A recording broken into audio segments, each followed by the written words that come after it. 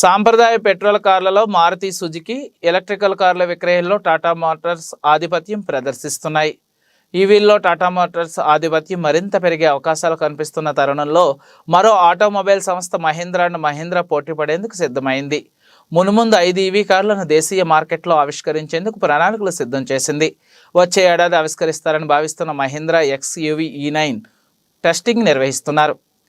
XUV E9 ఫీచర్లు ఏమిటనేది Mahindra and Mahindra వెల్లడించుకున్న 2 battery సైజులు, single motor and dual motor టెక్నాలజీతో వస్తుందని తెలుస్తోంది. సింగిల్ ఛార్జింగ్తో 450 కిలోమీటర్ల పైచిలకు దూరం ప్రయాణిస్తుందని తెలుస్తోంది. Mahindra and Mahindra flashy SUV XUV 700 ఆధారంగా XUV E9 XUV E8 కార్లు రూపుదిద్దుకుంటున్నాయి. న్యూ ఇంగ్లో ప్లాట్ఫామ్పై ఎలక్ట్రికల్ కార్ తయారవుతున్నాయి.